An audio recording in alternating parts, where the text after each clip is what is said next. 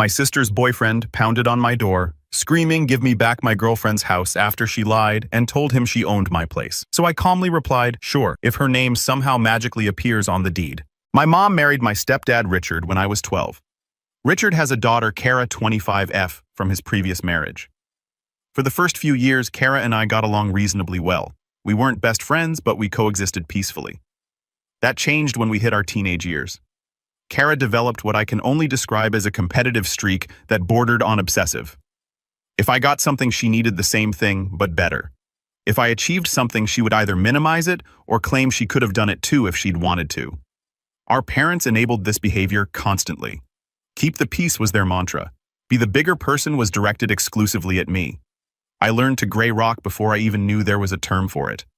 I worked my way through college, earned my degree in radiologic technology, and spent the last 6 years building my career.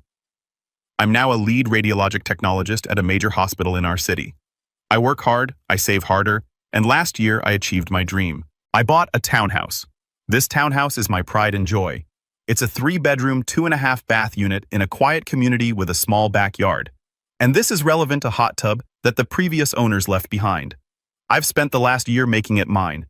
New furniture, fresh paint, a garden I'm cultivating. Every corner of this place represents years of sacrifice and discipline. Kara, meanwhile, has bounced between jobs, apartments, and relationships. She currently lives with our parents and works part-time at a boutique. I don't say this to be cruel. I genuinely don't care how she lives her life. What I do care about is what she's apparently been doing with mine. 3 weeks ago, I came home from a particularly brutal 12-hour shift to find things off. Nothing dramatic, just small things. A glass in the sink. I didn't remember using a throw blanket on the couch positioned differently than I'd left it. The hot tub cover slightly as you chalked it up to exhaustion and forgot about it. Then it happened again and again. Food started disappearing from my fridge. A bottle of wine I'd been saving was half empty.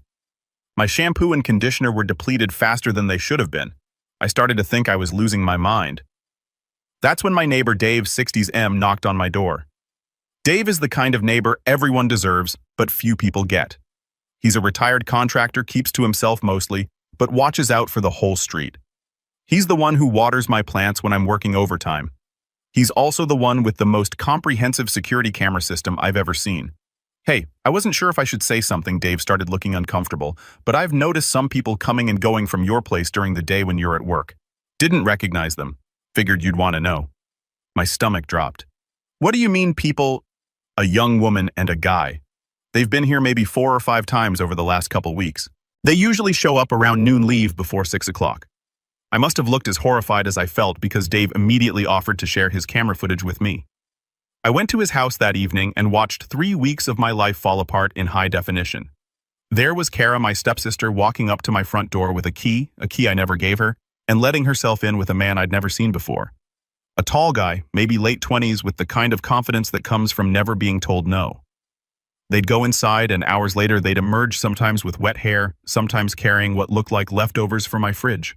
One clip showed them in my backyard in my hot tub, clearly having a great time. Another showed them leaving with a bottle of wine for my kitchen, the bottle I'd been saving for my birthday next month. But the worst clip was the most recent one. It showed them going upstairs. My bedroom is upstairs. My bed, my space. I called in sick the next day, the first time I've done that in 3 years, and went home to investigate. The evidence was everywhere once I knew what to look for. My bedroom sheets, which I'd washed on Sunday, had clearly been used. There was a long blonde hair on my pillow that wasn't mine. The bathroom smelled faintly of a cologne I don't own. My fancy body wash, the one I splurge on as a treat to myself, was nearly empty. I sat on my violated bed and cried for an hour. Then I got angry. Then I got strategic. Update 1, the confrontation. 3 days later, I spent the next 3 days preparing. I changed my locks immediately, investing in smart locks that I can monitor remotely. I installed my own security cameras inside and out. I made copies of Dave's footage and saved them in 3 different locations. I documented everything: the missing food, the used toiletries, the state of my bedroom. Then I called a family dinner. My mom was thrilled. "It's so nice to have everyone together," she gushed as I walked in. Richard nodded approvingly. Kara was already there, scrolling through her phone with practiced disinterest. I waited until we were all seated, until the small talk had petered out, and then I struck. "Sia, who's your new boyfriend?" She looked up, surprised that I was initiating conversation. "His name's Tyler." "Why?" Just curious. Have you told him much about yourself, your job, your living situation, that kind of thing? Something flickered in her eyes. Weariness. I guess normal stuff. So he knows you live here with Mom and Richard. The weariness intensified. I mean, he knows I have family. I nodded slowly, keeping my voice measured. Interesting. Because I've been having some issues at my townhouse lately. Things going missing, stuff being moved around. I was so confused until my neighbor showed me his security footage. The color drained from Kara's face. Our parents looked between us, confused. I have hours of video showing you and Tyler entering my home without permission, I continued, pulling out my phone and placing it on the table. Using my hot tub, eating my food, drinking my wine, sleeping in my bed for weeks now. Wait, just a minute, Richard started. I'm not finished. I kept my eyes on Kara. I need you to explain to me right now how you got a key to my house and why you thought any of this was acceptable. Kara's expression cycled through shock, fear, and then settled on something that looked disturbingly like defiance. It's not that big a deal. Family visits, family. That's normal. You didn't visit me, Kara. You broke into my home while I was at work and used it like a vacation rental. I didn't break in. I had a key made from Mom's copy months ago. Back when you first moved in, I figured it was fine. We're family. I turned to my mother. You gave her access to my key. Mom's face was red. She asked to borrow it to drop off a housewarming gift. I didn't think. No, you didn't. I turned back to Kara. Here's what's going to happen. You're going to tell Tyler the truth. That this is my house, not yours, and that you've been lying to him. Then you're going to pay me back for everything you've stolen and used. I have an itemized list. Kara laughed. Actually laughed. You're being dramatic. It's just some food and whatever. Tyler doesn't need to know anything. What happens between sisters stays between sisters. We're not sisters, Kara. We're step-siblings who've never been close. And that was before you violated my home and my trust. I stood up. You have 1 week to come clean to Tyler and pay me back. If you don't, I'm filing a police report for trespassing and theft. As I gathered my things to leave, Richard finally found his voice. You're really going to do this over a few visits? That's your sister. She's not my sister, I said calmly. And she didn't visit.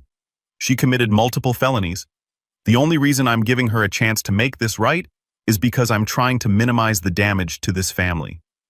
But make no mistake, if she doesn't fix this, I will. I left to the sound of my mother crying and Kara insisting that I was totally overreacting. Update 2. Tyler gets involved 5 days later. I didn't hear from Kara for the rest of the week. I wasn't surprised. She's never been one to take responsibility for anything. I was preparing to file my police report when I received an unexpected visitor. I was home on a rare day off, catching up on laundry and trying not to think about how I'd have to eventually face my parents again when my doorbell rang. The new security camera showed a man I recognized from Dave's footage. Tyler. I didn't open the door. Instead, I spoke through the intercom. Can I help you? Yeah, you can explain why you're trying to cause problems between me and my girlfriend. His voice was aggressive from the start. Kara told me you've been spreading lies saying she doesn't really live here. I don't know what your damage is, but you need to back off. I felt a chill run down my spine. He still didn't know. Or Kara had spun some story that made me the villain. I'm not spreading lies, I said carefully. I'm the owner of this townhouse. Kara is my stepsister. She lives with her parents across town. She's never lived here. She showed me around this place herself. She told me about the renovation she did, the hot tub she installed. The previous owners installed the hot tub. I bought this home 14 months ago. I have the deed with my name on it. Whatever Kara told you was a lie. There was a long pause. Through the camera, I watched Tyler's expression shift from anger to confusion. She said you were jealous. He finally said you always tried to take her stuff because your mom liked her better. Classic Kara, projecting so hard she could work at a movie theater. I can show you the deed right now if you'd like proof, I offered. I can also show you the security footage of you and Kara entering my home while I was at work. I never gave her permission to be here, and I certainly never gave her permission to bring guests. Another pause. Security footage. My neighbor has cameras. I have my own now too. I have multiple recordings of you both trespassing on my property. Tyler's face went through several complicated emotions. She said this was her place. She gave me a tour. She said, I'm sorry you were lied to, I said. And I meant it.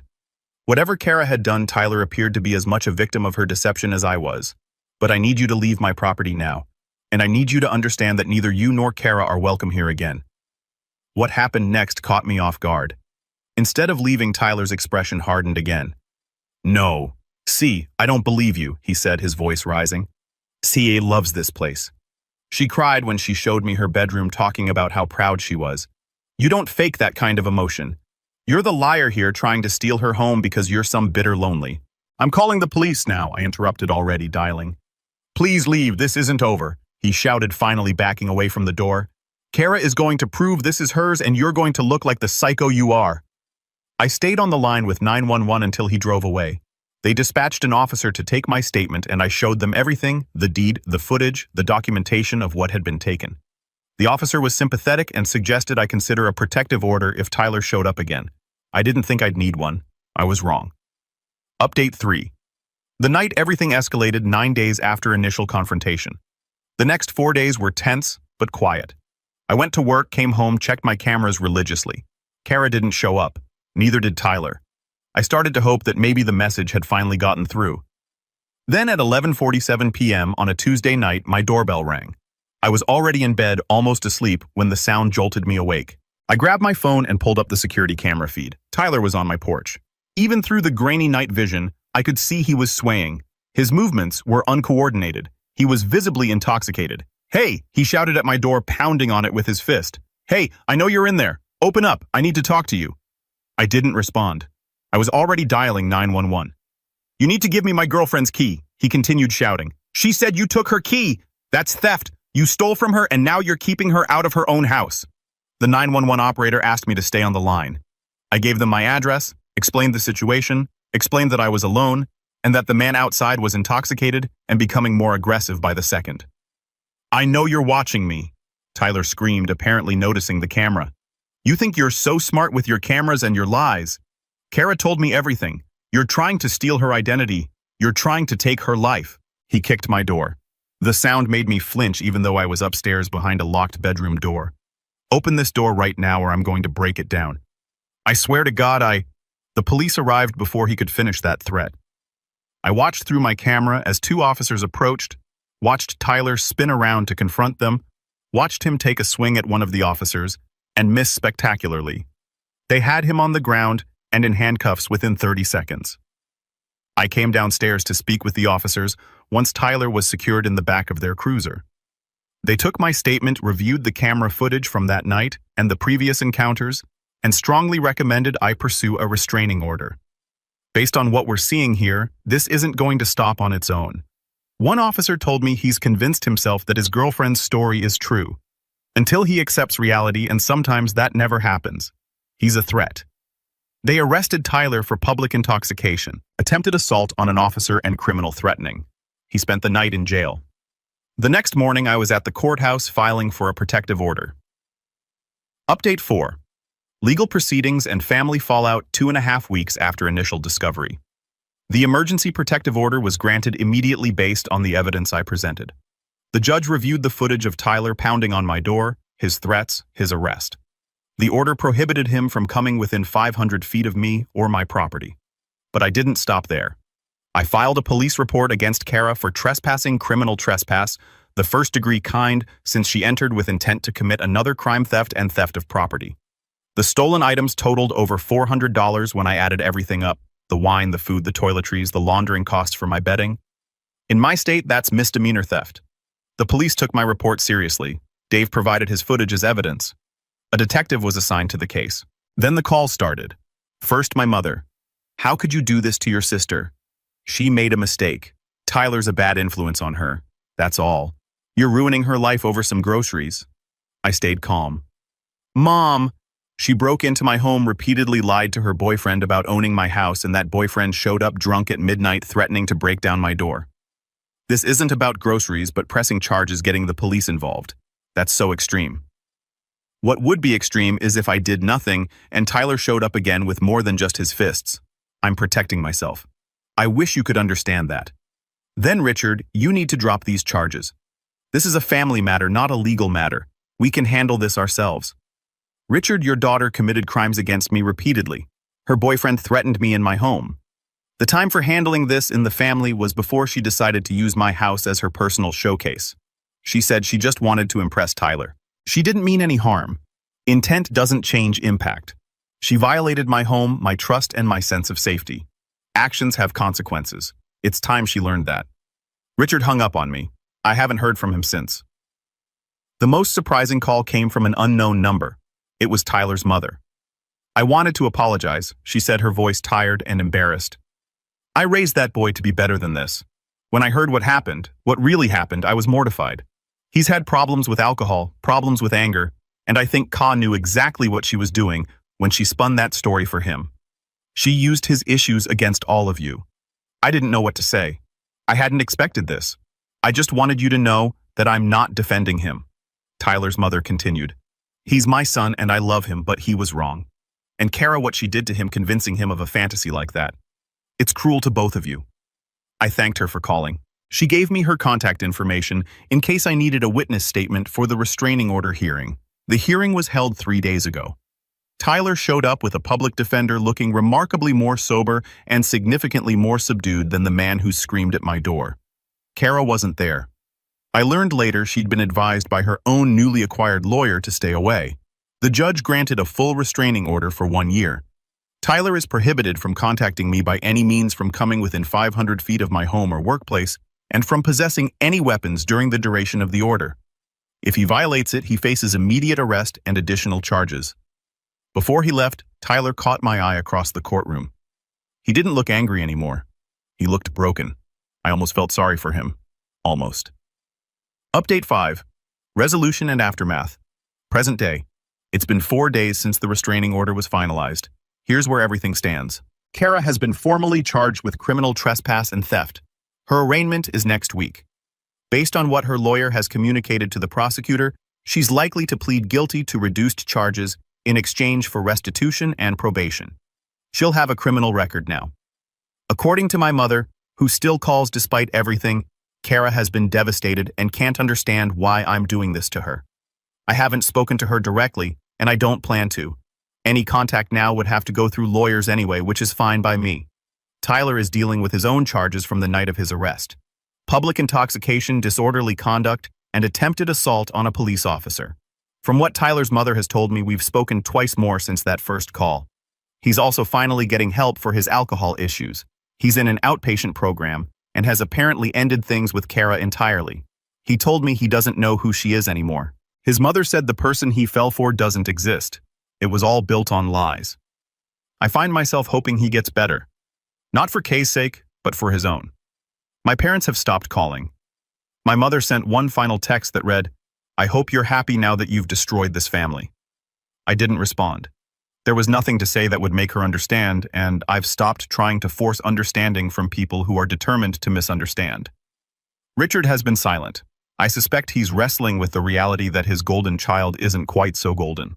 Or maybe he's just written me off entirely. Either way, I've made my peace with it. As for me, I'm okay. Better than okay. Actually, I changed all my locks again just in case. I keep my security cameras active and check them regularly, but less obsessively than before. I've started sleeping through the night again, which took longer than I expected. I've been talking to a therapist about everything: the violation, the family betrayal. The fear I felt that night Tyler showed up. She's been helping me process it all. I also did something for myself last weekend. I bought a new bottle of wine the same vintage car stole, and I opened it on my back porch while watching the sunset. I sat in my hot tub in my house, reclaiming my space one evening at a time. A few days ago, Dave came over with a casserole. "Thought you could use some home cooking," he said, looking slightly embarrassed. "My wife made it. She's been worried about you." I invited him in for coffee and we talked for over an hour. He told me stories about the neighborhood, about the families who had lived in my townhouse before me. He made me laugh for the first time in weeks. "You handled all this exactly right," he said before he left. "A lot of people would have exploded, gotten emotional, done something they'd regret. You stayed calm, you documented everything, and you let the system do its job. That takes strength." I didn't feel strong when I was crying on my defiled bed. I didn't feel strong when I was shaking behind my bedroom door while Tyler screamed threats at my front door. But maybe strength isn't about not feeling those things. Maybe it's about what you do despite feeling them. I'm not sure what the future holds with my family. Part of me hopes that time will bring perspective, that my mother will eventually see this situation for what it was. Another part of me, the part that spent years being told to keep the peace and be the bigger person, while Kara faced zero consequences, knows that might never happen. And I'm learning to be okay with that. This townhouse is my home. I earned it through years of hard work and discipline. No one has the right to violate that. No matter what blood we might share or what stories they tell themselves to justify their actions, family isn't just about genetics or legal connections. Family is about respect, trust, and the willingness to treat each other with basic human dignity. By that definition, Kara stopped being my family a long time ago. I just didn't realize it until she made it impossible to ignore. To anyone reading this who's in a similar situation, document everything. Trust your instincts when something feels wrong. Don't let anyone, especially family, guilt you into accepting treatment you wouldn't tolerate from a stranger. And find your own Dave. Everyone needs a neighbor who notices when things aren't right and has the courage to say something. I don't know if I'll update this again. Part of me hopes I won't need to, but I'm grateful for this space to process everything and for everyone who takes the time to read it. This is my home, and now finally, it feels like mine again. Edit. Thank you all for the overwhelming support and validation. A few people have asked about specific details, so I'll clarify. Yes, I got the locks changed professionally by a licensed locksmith. Yes, I have documentation that my mother gave Ka access to the spare key. No, Ka never had authorization to enter my home without me present. For those asking about the legal specifics in my state criminal trespass in the first degree, entering a dwelling without permission with intent to commit a crime therein is a Class D felony. The theft charge is a misdemeanor based on the value. The prosecutor offered a plea deal to reduce the trespass charge to a lower degree in exchange for the guilty plea, which is why Kara's lawyer is recommending she take it. And to the person who said I should have just talked to her first before going nuclear, I spent 16 years talking. 16 years being told to compromise, to understand, to be the bigger person. Talking doesn't work with people who don't want to hear you. Sometimes the only language that gets through is consequences. This was my consequence, and I don't regret it for a second.